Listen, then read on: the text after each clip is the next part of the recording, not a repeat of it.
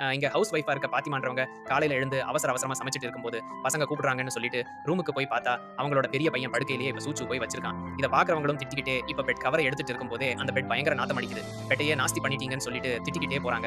அவ்வளவு நாத்தம் அடிக்குதுன்னு சொல்லிட்டு அந்த பையனும் இப்ப அந்த பெட்ட ஸ்மெல் பண்ணி பார்க்கறான்.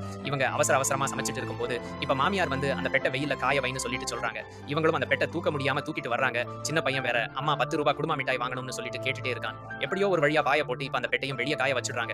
இப்ப எல்லாரும் சாப்பிட்டதுக்கு அப்புறம் மிச்சம் இருக்கிற சாப்பாட்டை இவங்களும் உட்கார்ந்து தனியா சாப்பிட்டுட்டு இருக்காங்க. இப்ப பசங்க எல்லாம் கிளம்பி ஸ்கூலுக்கு போயிடுறாங்க. சின்ன பையனை கூட்டிட்டு இப்ப பால்வாடிக்கு போறாங்க. போறதுக்கு முன்னாடி மாமியார் கிட்ட காய வச்ச பெட்டு பக்கத்துல அடிக்கடி நாய் வருது கொஞ்சம் பாத்துக்கோங்கன்னு சொல்லிட்டு போறாங்க. பார்த்தா இவங்க அப்படி போனதுக்கு அப்புறம் நாய் அந்த பெட்டு கிட்ட வந்து இப்ப சூச்சு போய்விடும். இவங்க வீட்டுக்கு வந்ததும் அவங்க ஹஸ்பண்ட போட்டு பயங்கரமா திட்டுறாரு. ஊர்ல இருக்க நாயெல்லாம் காய வச்ச பெட்டு மேலேயே பாத்ரூம் போகுது எங்க போனன்னு சொல்லிட்டு திட்டுறாரு.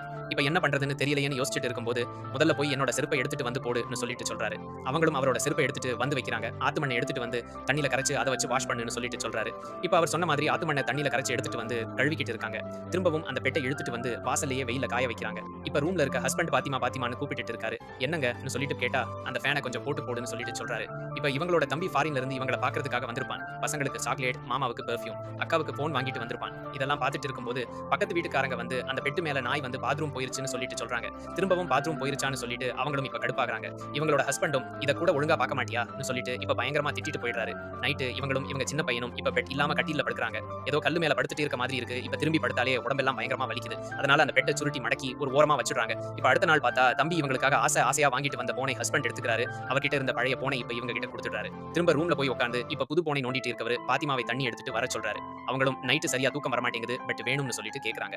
பட் இல்லன்னா மேடம்க்கு தூக்கம் வராதுன்னு சொல்லிட்டு அவரும் திட்டி அனுப்பிச்சுடுறாரு. இப்ப தண்ணியை ஊத்தி வச்சுட்டு அவங்களும் இப்ப அங்கிருந்து போறாங்க.